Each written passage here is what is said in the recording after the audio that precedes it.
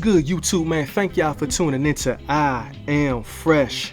And we are back at it again with another video. And to my Fresh fam, thank y'all so much for always tuning in with your boy. I am very happy to be here. As you can tell by the title of the video, yes sir, we have yet another new toy added to the collection, so you know what that means. Yeah, boy. We have another new unboxing.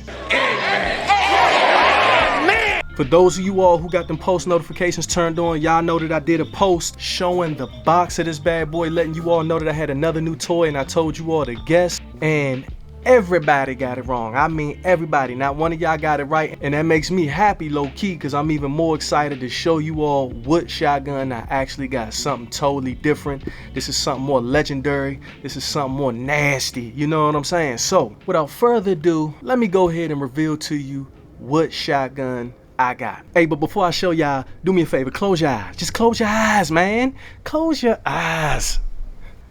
All right, now open them. Voila. Look at this bad boy here. Woo-wee.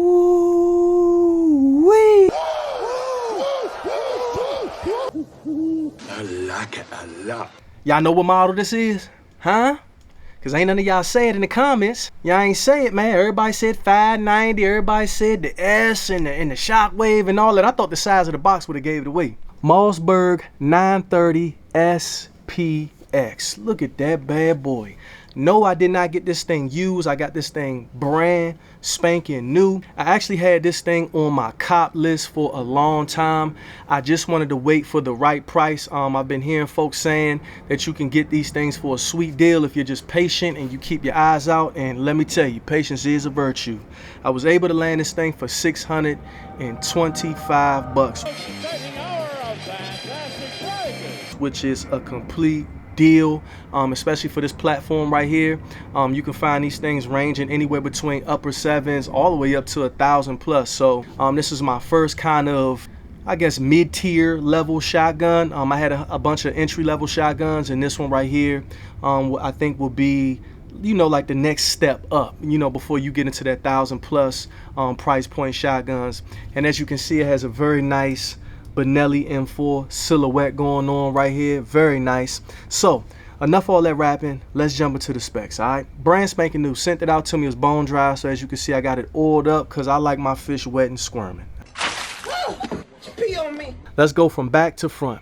So you're getting a really nice buttstock, very forgiving. As you can see, it's waffled, so it allows it to have more give. A lot of times when you get in a shotgun, you have to go aftermarket to get a recoil buffer pad there because it's really stiff. This one is much more forgiving, as you can see. Very supple. Nice and supple, like a lady. So it's going to help reduce and mitigate some of that recoil. That's something I like a great deal. The length of pull is perfect for me. I was kind of concerned about that because the pictures, this kind of looked a little long. However, it's perfect for me. As you can see, shouldering this thing, I'm still in my pocket like I like to be. I like to keep my elbow down. I don't like my elbow kind of extended way out like this. I kind of like to rest my elbow downward when shouldering my rifles and shotguns. As you can see, for the grip, you're getting a very aggressive finger groove right here on the grip, which is what I like a lot because those fingers just kind of sink into that grip, giving you a very aggressive purchase, and that's something I like a great deal. As you can see, the sides of the grip is heavily stippled as well too, so that works out for me. You're getting a top mounted safety. I don't know how I feel about that. I'm so used to the safety being accessible on my index finger right here with all my other shotguns. I don't see that being a problem if I was running that traditional kind of buttstock shotgun grip. But because this is a pistol grip, you know, kind of getting to that thumb safety up top, I don't know how I feel about that. And that might be something I have to look into after running this thing, because I do like to engage and disengage that safety in between shots. We're looking at that later though. We'll run this thing and just see how we like it. I do like the feel though of that pistol grip. Like I said, that's that Benelli vibe. I mean, check that out.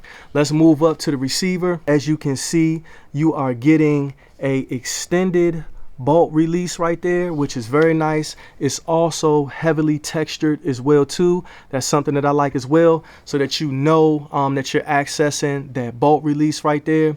Also, it has an extended charging handle, that's something that I like as well too, and it's heavily stippled, heavily texturized. This is the first shotgun I got with extended kind of competition, defensive, tactical parts on it.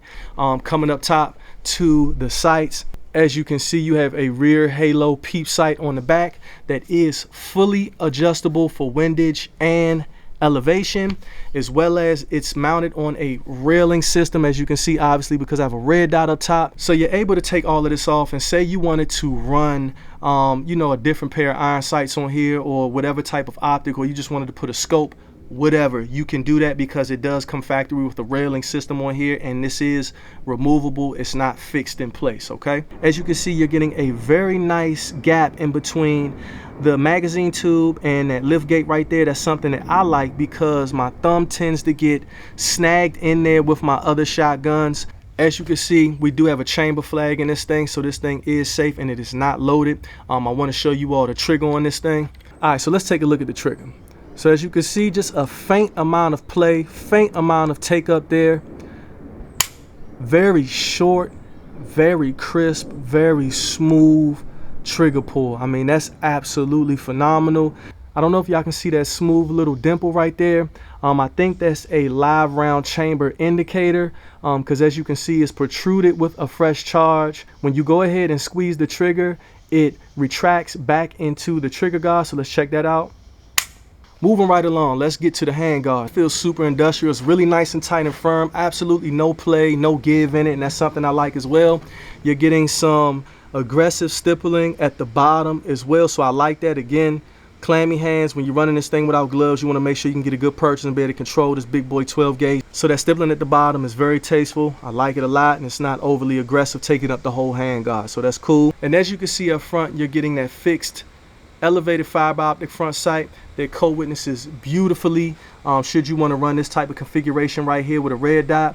Now for just the upgrades that I didn't do much. This thing is super factory still.